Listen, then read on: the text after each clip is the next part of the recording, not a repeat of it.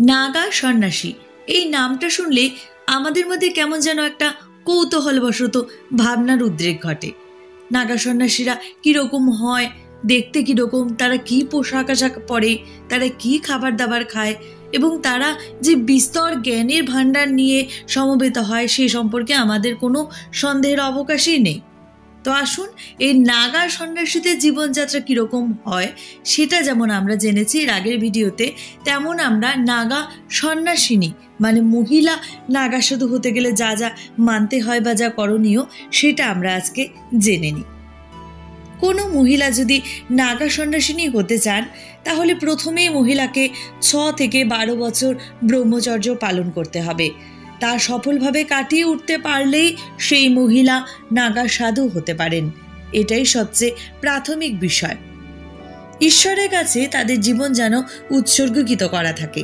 পুরুষ হন বা মহিলা, নাগা সন্ন্যাসীদের জীবন পুরোপুরি ঈশ্বরকে উৎসর্গ করতে হয়। তবে যেসব মহিলারা নাগা সন্ন্যাসী হতে চান গুরুর কাছে প্রমাণ করতে হয় তাদের কোনো পিছুটান নেই। প্রতি পদে পদে পরীক্ষা দেওয়ার পর একজন মহিলা নাগা সাধু হওয়ার যোগ্যতা অর্জন করেন। এবং আর একটি আশ্চর্যের ব্যাপার হলো জীবিত অবস্থায় এদেরকে পিণ্ডদান করতে হয়। সেটা কীরকম একটু জেনে নেওয়া যাক। নাগা সাধু হতে চাওয়া মহিলাকে জীবিত অবস্থায় পিণ্ডদান করতে হয়, সেটা কুম্ভ বা মহাকুম্ভর সময় গোপনে এই কাজ করা হয় বলে ধর্মীয় বিশ্বাস। পুরুষ নাগা সাধুরা লম্বা চুল জটাও রাখেন অনেকে। মহিলাদের ক্ষেত্রে পিণ্ডদানের পর মাথা ন্যাড়া হতে হয়। আর খাওয়া দাওয়া, মহিলা ও পুরুষ নাগা সাধুদের খাবারের তালিকা মোটের উপর সমান। ফল, বিভিন্ন গাছের শেকড়, বিভিন্ন গাছের পাতা, সবজি ইত্যাদি খেয়ে বাঁচেন তারা। এবার হলো কুম্ভ মেলায় এরা থাকেন কোথায়।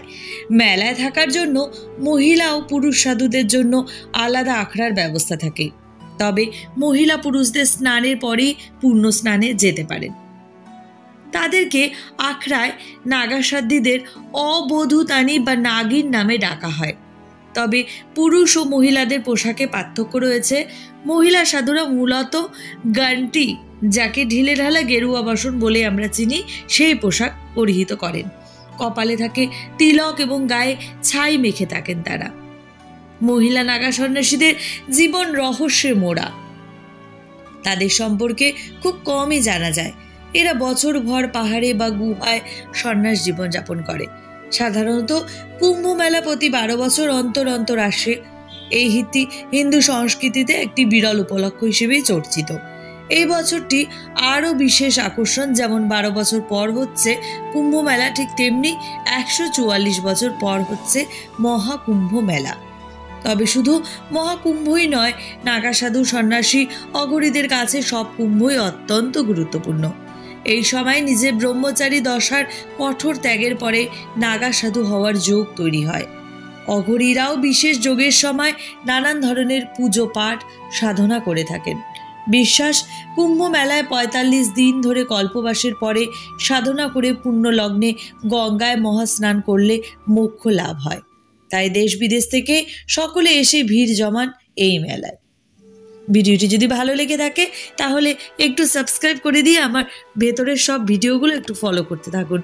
আর যদি ভালো লেগে থাকে তাহলে অবশ্যই লাইক, কমেন্ট এবং বন্ধুদের সাথে শেয়ার করে দিন। এবং আপনাদের উৎসাহ পেলে আমি এরকম আরও অনেক অজানা তথ্য, অজানা ইতিহাস, অজানা কোনো পৌরাণিক কাহিনী বা অজানা কোনো ঘটনা নিয়ে প্রতিস্থাপন রাখব।